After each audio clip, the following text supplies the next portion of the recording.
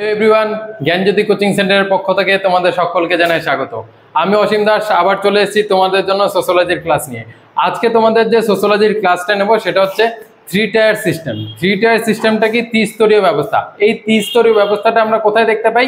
আমরা এই ত্রিস্তরীয় ব্যবস্থাটা দেখতে পাই আমাদের যে গ্রামের যে পঞ্চায়েত ব্যবস্থাটা আছে সেখানে কিন্তু আমরা ত্রিস্তরীয় ব্যবস্থাটা দেখতে পাই। তোমরা জানো যারা আমাদের ক্লাসটা প্রতিদিন দেখো, আমি কিন্তু পঞ্চায়েত রাজ নিয়ে এর আগেও তোমাদের সাথে আলোচনা করেছি। আজকে তোমাদের ত্রিস্তরীয় ব্যবস্থা নিয়ে আলোচনা করতে এসেছি, ঠিক আছে? তো দেখো, এই যে ত্রিস্তরীয় ব্যবস্থা, এর মধ্যে কি এটার নাম ত্রিস্তরীয় ব্যবস্থা কেন দেওয়া হয়েছে? তার কারণ এর মধ্যে তিনটা স্তর থাকে। আমাদের যে গ্রামীণ যে শাসন ব্যবস্থা সেখানে কি আমরা দেখতে পাই তিনটা স্তর। এই তিনটা স্তর কি কি? একদম নিচের স্তর যেটা, ঠিক আছে, সেটা হচ্ছে কি গ্রাম পঞ্চায়েত। গ্রাম পঞ্চায়েত, তার উপরের স্তর কি পঞ্চায়েত সমিতি। পঞ্চায়েত সমিতি, এবং তার উপরের স্তরটা হলো জেলা পরিষদ।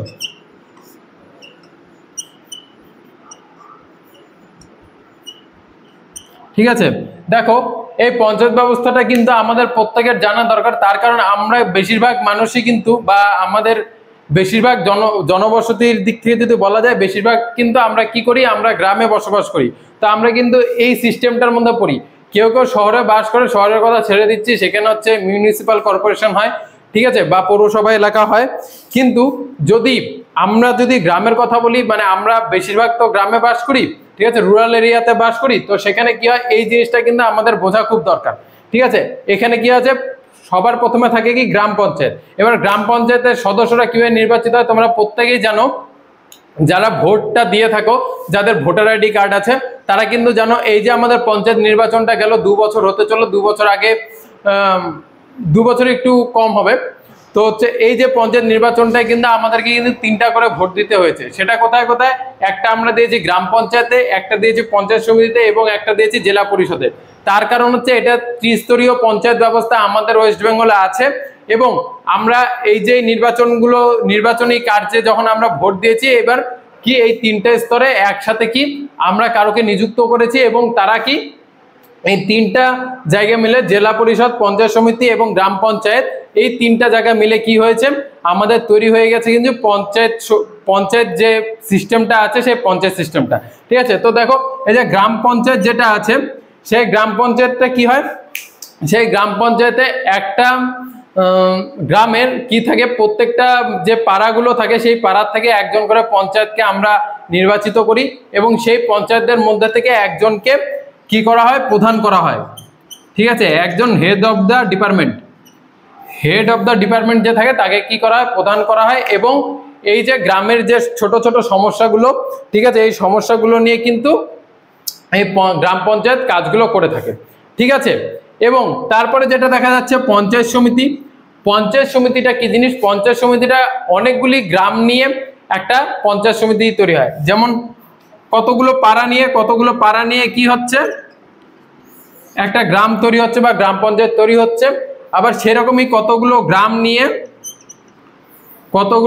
নিয়ে কি হচ্ছে, এই আমাদের পঞ্চায়েত সমিতিটা তৈরি হয়ে যাচ্ছে, ঠিক আছে? একটা নির্দিষ্ট একটা মানে সংখ্যা দেওয়া আছে, সেই সংখ্যাটার মধ্যে থাকতে হয়।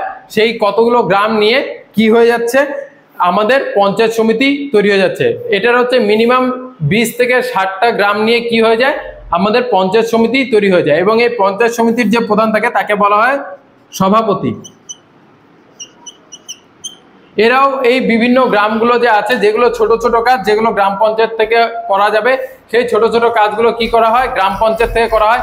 এবং তার থেকে যদি একটু বড় লেভেলের কাজ হয়, ঠিক আছে, যেটা গ্রাম পঞ্চায়েতের ফান্ডের মধ্যে আসে না, তো সেই কাজগুলো কি হয়, যে 2-3টা গ্রামকে একসাথে তাদের যোগাযোগ বৃদ্ধি করা, তাদের মধ্যে ধরো রাস্তাঘাট তৈরি করা, এই কাজগুলো কে করে থাকে, আমাদের পঞ্চায়েত সমিতি করে থাকে। এবং পঞ্চায়েত সমিতির যে প্রধান থাকে তাকে কি বলা হয়, সভাপতি।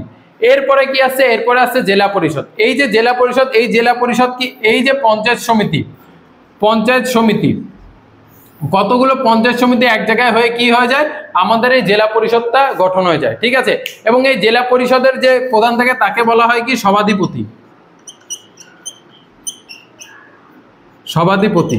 ঠিক আছে, এই যে জেলা পরিষদ, এই জেলা পরিষদের কাজ কি? এই জেলা পরিষদ, ঠিক, এই জেলা পরিষদ কি করে থাকে যে এই যে গ্রাম পঞ্চায়েত লেভেল থেকে শুরু করে পঞ্চায়েত সমিতি এবং এন্টায়ার জেলা বা ডিস্ট্রিক্ট, মানে একটা জেলা পরিষদ গোটা জেলার হেড।